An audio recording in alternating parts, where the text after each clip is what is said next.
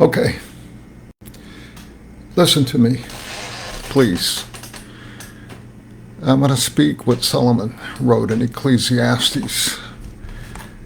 See if you can, as I'm reading this, if you can grab what he's talking about. He says, "What does man gain from all his labor, at which he toils under the sun? Generations come and generations go, but the earth remains forever. The sun rises and the sun sets, and hurries back to where it rises. The wind blows to the south and turns to the north. Round and round it goes, ever returning on its course. All streams flow into the sea, yet the sea is never full. To the place the streams come from, there they return again. All things are wearisome, more than anyone can say. The eye never has enough of seeing, or the ear of hearing. What has been will be again. What has been done will be done again. There is nothing new under the sun." Pay close attention. That's the hint I gave you yesterday as to the riddle I posed on my Facebook page. It's used 29 times in the book of Ecclesiastes. Okay? There is nothing new under the sun.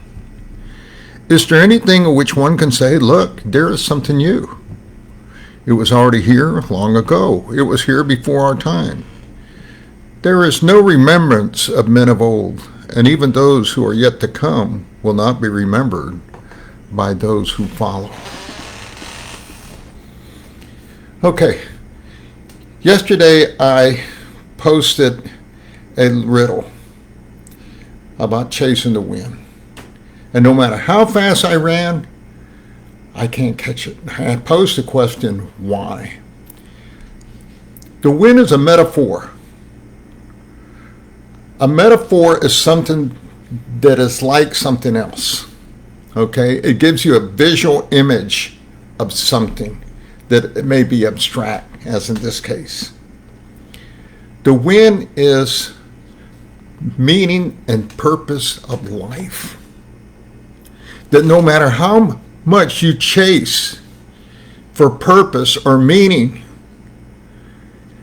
you're not going to find it under the sun. What does that phrase mean, under the sun? It means earthborn. Philosophy, religion, pursuits, goals, all these earthbound things under the sun will amount to nothing. In fact, Solomon says in one, it says meaningless, meaningless. Everything is meaningless. Vanity, soap bubbles. Here for a moment and gone like a vapor. Earthbound. So you got this woman. She's complaining that her husband doesn't make enough money. So she decides to go to work. So she's been working now for about a year, and somebody asks her, how is it going? She says, well, I'm tired. I get up in the morning, I get the kids off to school, I make breakfast for them, for me, I prepare lunches, I go to work, I work all day, I come home, I make dinner, what little energy I have left, I do some chores. The next day, I get up and do the same thing all over again. Well, why are you doing this? Well, my husband wasn't making enough money, so I wanted to make some more money so that I can do some other things, so I can go back to work. And it's an endless cycle. If you look for purpose, and you look for satisfaction and meaning under the sun means earthbound, apart from God. See, God is transcendent. He is not confined to finiteness or to geography. He is beyond. That's what theism is. The belief that God exists beyond and in the universe. But if you remove God from the picture, All your pursuits, as Solomon says here, will be meaningless. It will be an endless cycle. You know, the wind's going to go there, it's going to come here, it's going to come back around. The water's going to flow, it's going to come back. Everything is an endless revolving cycle apart from God. Only when you have God in the picture does your life take on meaningful purpose and direction that will last for eternity. Now, he says here, men come, men go. And the new ones don't remember who you are. But let me tell you something. When you put your life in God's hands and you pursue him beyond under the sun, then your legacy will live for eternity. And though you're dead, they will still remember you, as we remember many of the servants and people in the scriptures.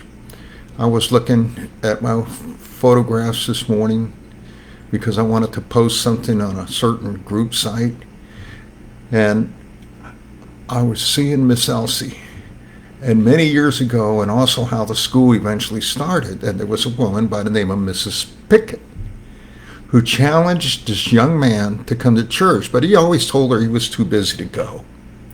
He finally went, and after a number of Sundays, he put his trust in Christ, and it just so happened he was very gifted in training horses and speaking to young men, that he eventually began to have Bible studies and evangelistic courses, and he started Western Bible Institute.